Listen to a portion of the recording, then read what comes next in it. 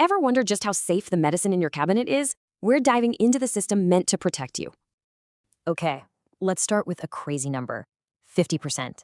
Half of all recalls come from one simple mistake. Yep, you heard that right. Just a simple packaging or labeling error.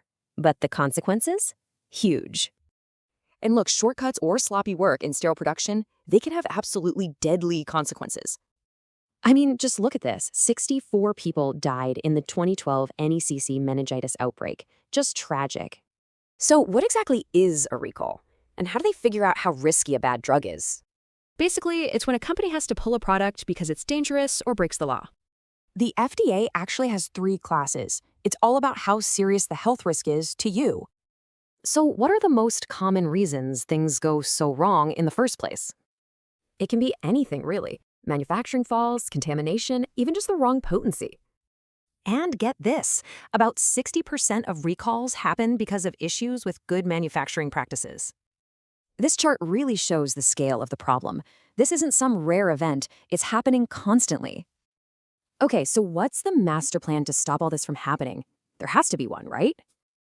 Well, there is. It's a system called Good Manufacturing Practice, or GMP for short. The whole idea behind GMP is to build quality into the product, not just check for it at the end. And this system didn't just appear out of nowhere.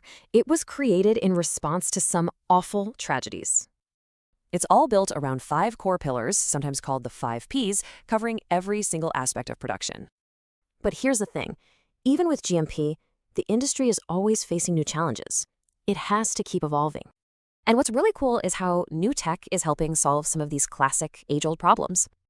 We're talking a future with AI monitoring, continuous manufacturing, and adapting GMP for personalized medicine.